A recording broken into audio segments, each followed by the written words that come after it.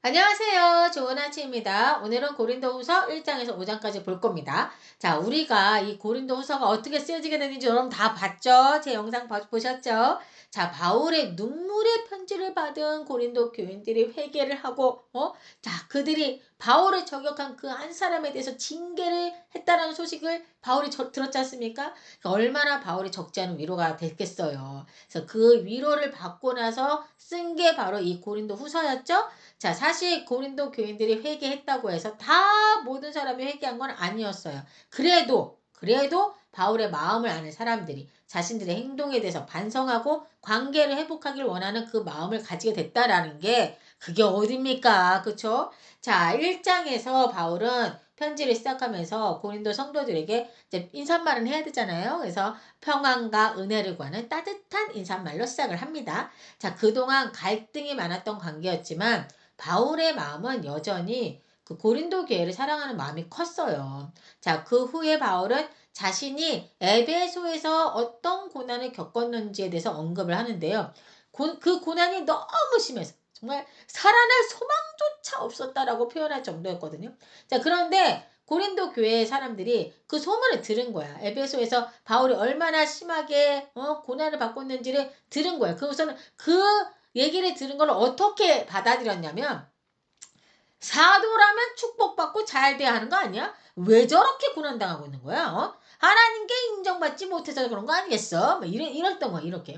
이게 무슨 말이에요? 이 말은 결국 바울의 사도직을 흔드는 말이었던 거예요. 그러니까 교회 안에 반대자들이 바울에 대해서 사도도 아닌 사람이 스스로 사도라고 주장하고 있고 막 공격하는 근거가 됐던 거죠. 자, 그래서 바울은 이렇게 말을 하고 있는 거예요. 내가 당한 고난은 하나님과 멀어졌기 때문이 아니라 오히려 하나님께 더 깊이 의지하게 된 과정이다. 그러니까 고난은 나를 부끄럽게 한 것이 아니라 하나님의 위로를 경험하게 한 은혜의 자리였다. 내가 받은 위로는 결국 여러분을 위로하게 하기 위한 것이었다라고 말을 하고 있는 겁니다. 즉 바울은 고난은 사도의 자격을 깎는 것이 아니라 복음을 위해 사는 사람이라면 누구나 겪는 하나님의 길이라고 말하고 있는 거였던 거죠. 자, 그리고 이어서 고린도 교회가 오해하고 있는 또 하나의 부분을 지금 바울이 얘기를 하고 있는데 뭐냐면 바울의 그 방문 계획을 고린도 교회를 방문할 그 계획을 변경했던 것에 대한 건이 있었던 것 같아요. 그래서 그거에 대해서 좀 바울이 설명을 하고 있더라고요. 그러니까 고린도 교회는 바울이 이제 방문을 연기한 것을 대해서 뭐라고 생각했냐면 약속을 지키지 않는 사람이네요. 말과 행동이 저렇게 달라. 사도라며 어떻게 저래? 뭐 이래. 겁나 이 사도직을 가지고 얘기를 해. 이 사람들이. 그 공격을 했던 거예요. 자, 사실 바울은 15절부터 보면 내가 이 확신을 가지고 너희를 2번 은혜를 얻게 하기 위하여 먼저 너희에게 이르렀다가 하면서 이제 고린도 교회를 2번 방문할 계획을 말했었던 것 같아요. 근데 바울이 이 계획을 바꿨던 거죠. 자, 바울은 뭐라고 얘기하냐면 내가 계획을 바꾼 것은 변덕 때문이 아니라 여러분을 더 아프게 하지 않기 위해 선택한 거다. 나의 모든 결정은 진실하고 그 중심에는 여러분을 향한 사랑과 배려가 있었던 거다라고 이유를 말하거든요. 사실상 바울은 이들과의 관계가 더 틀어지는 것을 우려했던 거예요. 그래서 피했던 겁니다. 사실 바울이 가면 바울파가 있을 거고 바울을 비난하는 사람들 있잖아요. 그러니까 가면은 이제 싸움이 날 거 아니야. 그러니까 바울이 딱 보니까 지금은 때가 아닌 것 같다라고 생각을 했던 것 같아. 아무리 생각하고 또 생각해봐도 지금 고린도 교회를 방문하는 것이 유익이 되지 않는다라고 생각을 했던 거죠. 그래서 이렇게 얘기를 한 거예요. 그리고 이제 2장으로 넘어가면 이렇게 이어지니까 제가 이제 바로 2장으로 넘어갈게요. 쉬운 성경으로 2장 1절을 읽어볼게요. 나는 이번처럼 여러분의 마음을 아프게 하고 싶지 않아서 다시는 방문하지 않겠다고 결심했습니다. 라고 말하고 있잖아요. 그러니까 바울은 그가 방문을 피한 이유가 아까 말한 것처럼 변덕이나 두려움 때문이 아닌 정말 그들을 사랑해서 더 상처를 주지 않으려던 배려의 선택이었다는 점을 다시 한번 강조하면서 시작을 하고 있는 겁니다. 그리고 이어서 그 눈물의 편지에 대해서 설명을 하고 있어요. 4절에 써있죠. 이것도 쉬운 성경으로 읽어보면 지난번 편지는 여러 환난과 마음의 고통으로 인하여 많은 눈물을 눈물을 흘리며 쓴 것이다. 이렇게 얘기하고 있죠. 한마디로 그 편지는 고린도 교회를 공격하기 위해 쓴 것이 아니다. 오해하지 말아라. 내가 너무 마음이 아파서 어쩔 수 없이 쓴 편지였고 그 편지를 쓰는 내내 바울 자신이 얼마나 큰 고통과 눈물 속에 있었는지를 다 말하고 있는 겁니다. 바울의 이 눈물의 편지를 받은 고린도 사람들이 진심으로 해결을 했던 것 같긴 하더라고요. 그래, 우리가 좀 너무했어. 바울 선생님이 이 교회를 어떻게 세우셨는데. 그러게 말이야. 맞아. 우리가 미쳤어. 하나님께 세우신 그 사도를 우리가 사도가 아니라고 말했다는 것 자체가 우리가 미치지 않고서 어떻게 그렇게 말할 수가 있어. 막 이렇게 얘기를 했던 거죠. 그리고 우리가 그리고 바울 선생님을 그 맹 비난했던 그자 있잖아. 그 자를 우리가 반감만 하고 있었고, 이거는 사실 진짜 우리가 확실히 잘못했어. 이거는 우리가 바로 잡아야 될 것 같아. 그러니까 우리 그 자를 불러서 따끔하게 얘기하자고 막 이렇게 얘기를 했던 거예요. 그러니까 이거는 나중에 고린도후서 7장을 보시면 이들이 진짜 회개했다라는 게 나타나더라고요. 그러니까 그때 한번 다시 보면 좋을 것 같고요. 어쨌든 바울은 고린도 교인들이 바울을 공개적으로 모욕했던 그 한 사람을 교회가 징계했다라는 그 소식을 들었지 않습니까? 그래서 바울은 그 사람이 충분히 징계를 받았으니 지나치게 무겁게 하지 말고 용서하고 위로하라고 또 편지에 쓰고 있더라고요. 7절에 써 있어요. 그런즉 너희는 차라리 그를 용서하고 위로할 것이니 그가 너무 많은 근심에 잠길까 두려워하노라 라고 이렇게 써 있지 않습니까? 바울은 그 사람이 징계받아서 아휴 그래 받아야지 징계 받아야지 나한테 어떻게 해서 어떻게 나한테 그런 말을 할 수 있어 이렇게 하지 않았어요. 그런 생각을 하지 않았어요. 오히려 바울은 회복과 화해가 중요하다는 걸 아는 사람이었기에 그래서 이렇게 편지를 4번이나 보내면서 고린도 교회와의 관계 회복을 하려고 했었던 사람이지 않습니까? 지금 바울은 교회는 한 사람을 벌주는 공동체가 아니라 넘어진 사람을 다시 세우는 공동체라는 그 원리를 지금 부드럽지만 분명하게 가르치고 있는 거예요. 그리고 바울은 자신이 디도를 기다리면서 얼마나 초조하고 불안했는지를 그 마음을 숨기지 않고 또 다 털어놓고 있더라고요. 12, 13절을 보시면 바울이 드로아에서 복음을 전할 길이 열려서 내가 거기서 복음을 전해야 했지만 바울이 디도를 만나지 못하자 그 심적으로 안정이 안 되고 불안과 초조가 있었던 거예요. 그래서 드로아에서의 그 큰 사역의 기회가 열렸음에도 불구하고 그 일을 잠시 내려놓고 디도와 만나기로 약속한 마게도냐로 떠났다는 말을 하고 있는 겁니다. 바울은 고린도 교회가 이번에는 어떻게 반응했을지, 눈물의 편지를 받고 이번에도 마음이 상했을지, 그들의 믿음이 흔들렸을지 막 걱정이 됐던 거죠. 하지만 그럼에도 불구하고 바울은 마지막에 복음이 전하는 사역이 하나님께서 이끄시는 향기와 같다라고 말하면서 자신의 감정과 어려움이 있음에도 복음은 어떤 상황에서도 계속 퍼져가고 있다라는 그 감사와 확신을 고백하면서 2장이 마무리되고 있습니다. 자, 이제 3장으로 한번 넘어가 보면 바울은 한 걸음 더 나아가서 왜 내가 여러분에게 이렇게 말할 수 있는가? 즉 자신의 사도권의 근거가 무엇인지를 설명하기 시작합니다. 이들이 허건날 얘기했던 게 뭐예요? 사도권. 너 추천서 있어? 너 사도 맞아? 막 이러면서 막 얘기했었잖아요. 자, 여러분도 아시지만 고린도 교회가 바울의 권위를 흠집내면서 모욕하기를 바울은 정식 추천서도 없는 사람이다. 라고 하면서 공격하는 이들이 있었지 않습니까? 근데 여러분 이 당시 문화가요 어땠냐면 사람을 신뢰할 때 추천서를 되게 중요시 여겼다고 하더라고요. 그래서 고린도 교인들이 당신은 추천서가 어딨냐 우리에게 보여라 막 라고 했던 거예요. 자, 이에 바울은 1절에서부터 그 얘기를 하고 있는 겁니다. 우리가 다시 자천하기를 시작하겠느냐? 우리가 어찌 어떤 사람처럼 추천서를 너에게 붙이거나 혹은 너에게 받거나 할 필요가 있느냐라고 말을 시작하고 있죠. 자천한단 말이 쉬운 성경으로 보면 자하자천이라고 표현되어 있거든요. 그러니까 한마디로 이 말은 내가 또다시 나 스스로 나를 변호하고 내 사도권을 스스로 주장해야 하냐? 그럴 필요 없다. 왜냐하면 내 사역의 열매가 바로 너희이기 때문이다 라고 말하고 있는 거예요. 즉 2절 3절을 읽어보시면 너희가 바로 나의 추천서다. 사람이 쓴 편지가 아니라 성령이 너희 마음에 쓰신 편지다. 즉 고린도 교회 성도들의 변화된 삶이 바울 사도권의 가장 강력한 증거다라는 뜻인 거예요. 하지만 이 말을 들은 저는 솔직히 동의가 안 됐거든요. 아니 뭐가 변했다는 거야?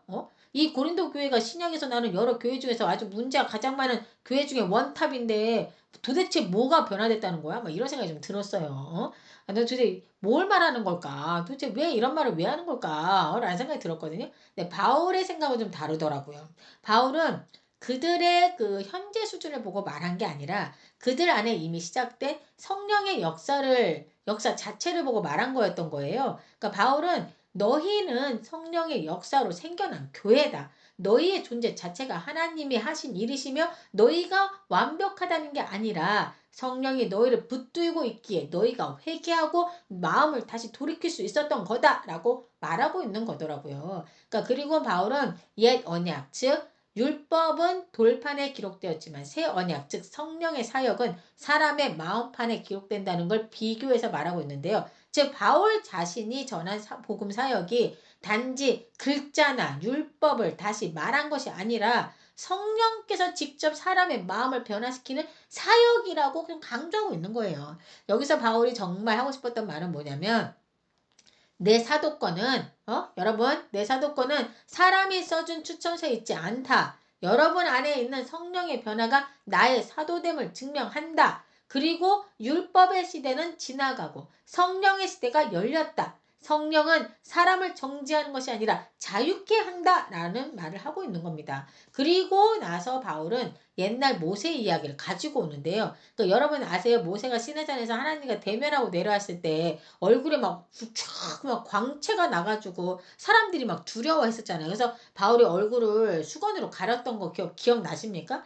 지금 바울이 그 얘기를 하고 있는 거예요. 뭐 사실 이 이야기는 출애굽기 34장에 나오는 내용이에요, 여러분. 그때는 모세의 얼굴이 빛나자 백성들이 두려워해서 수건으로 얼굴을 가렸다라고만 되어 있었거든요. 근데 오늘 그 고린도후서 3장에서 바울이 그 이유를 설명해 주고 있더라고요. 13절에 우리는 모세가 이스라엘 자손에게 장차 없어질 것에 결국을 주목하지 못하게 하려고 수건을 그 얼굴에 쓴 것 같지 아니하노라 라고 말하고 있지 않습니까? 그러니까 결국 이 말은 모세의 얼굴의 그 광채는 시간이 지나면 사라지는 빛이었고 그 영광이 사라지는 것을 백성들이 보지 못하게 하려고 수건을 썼다라는 거예요. 즉, 옛 언약, 즉 율법의 영광은 진짜 영광 맞지만 일시적이었다는 거고 새 언약, 즉 성령의 영광은 사라지지 않을 영광이라는 걸 지금 바울은 말하고 있는 겁니다. 자, 근데 뜬금없이 바울이 여기서 모세까지 왜 거론하고 있을까 하는 생각이 들었어요. 근데 다 이유가 있더라고요. 왜냐면 당시 고린도 교회에서는 바울을 공격하는 사람들이 있었잖아요. 그들의 주장은 뭐냐면 바울은 정통성이 부족하다.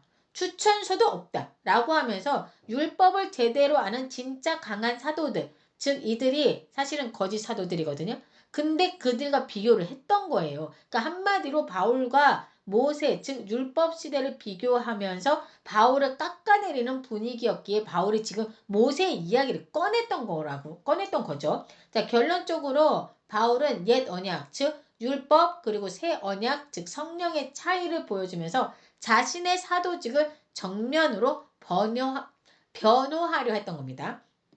자, 4장에서 바울은 이 새 언약의 사역을 실제로 어떻게 감당하고 있는지 그리고 왜 고난 속에서도 흔들리지 않는지를 아주 깊이 있게 고백하고 있는데요. 4장 1절을 보시면 그러므로 우리가 이 직분을 받아 긍휼하심을 입은 대로 낙심하지 아니하고 라고 말하고 있거든요. 그러니까 즉 자신이 사도로 부름받은 것이 자기 능력이나 출신 때문이 아니라 하나님의 긍휼 때문이라는 확신을 가지고 있는 거예요. 그래서 바울은 사람에게 잘 보이기 위해 꾸미지도 않고 부끄러운 일을 숨기지도 않으며 하나님의 말씀을 섞지 않고 진리만 정직하게 전한다라고 말하고 있는 거거든요.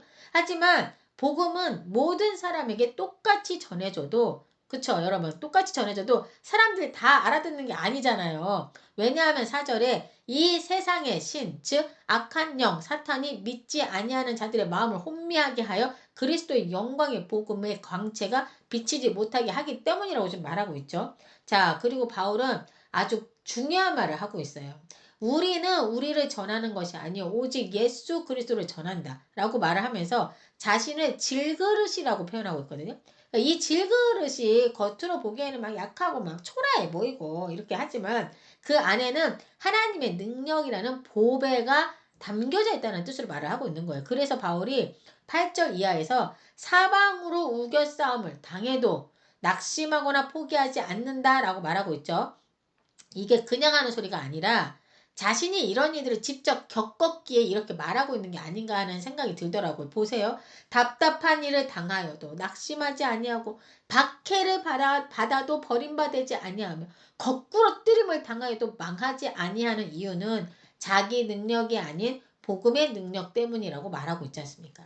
자, 바울이 참 대단하다는 생각이 들었던 거는 이렇게 하나님의 일을 하면서 답답한 일이 생기고 박해를 받고 거꾸로 뜨림을 받고 할 때마다 무너지는 자신을 바라보는 게 아니라 그 자리에서 드러나는 예수님의 생명을 본 사람이라는 점이 진짜 대단하다는 생각이 들었어요. 예. 16절 이하를 보시면 바울의 그 내면에 자리 잡고 있는 생각이 무엇인지 정확하게 알 수 있거든요.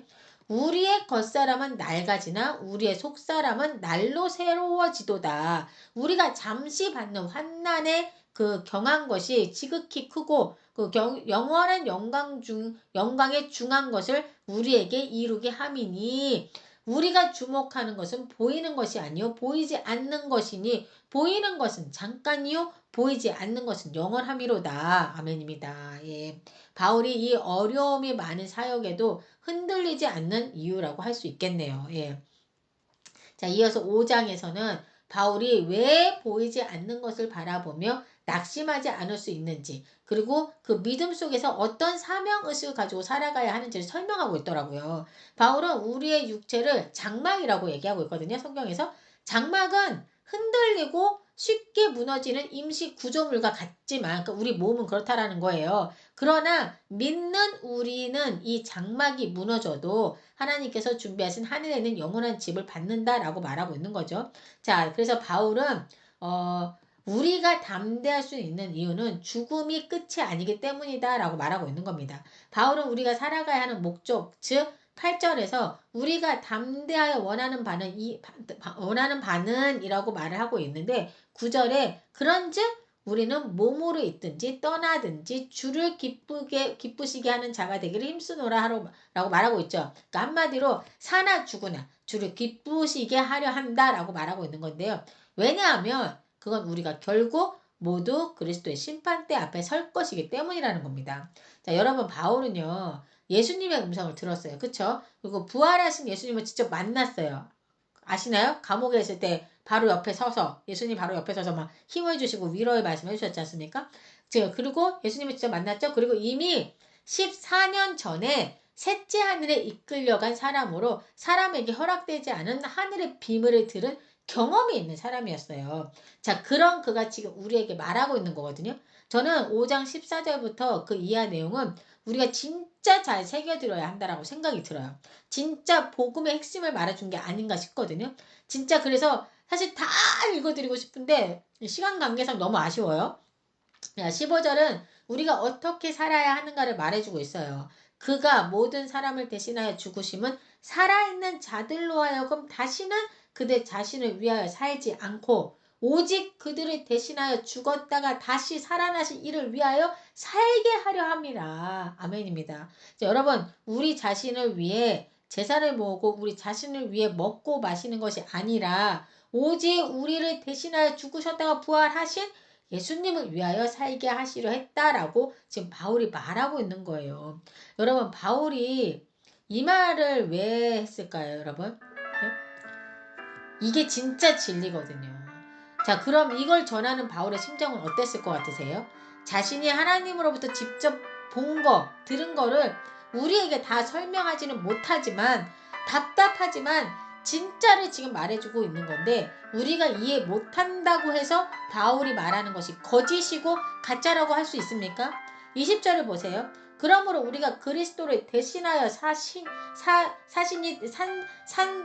되어 하나님이 우리를 통하여 너희를 권면하시는 것 같이 그리스도를 대신하여 간청하노니 너희는 하나님과 화목하라. 이 말을 명심해야 될 것 같다라는 생각이 들었습니다.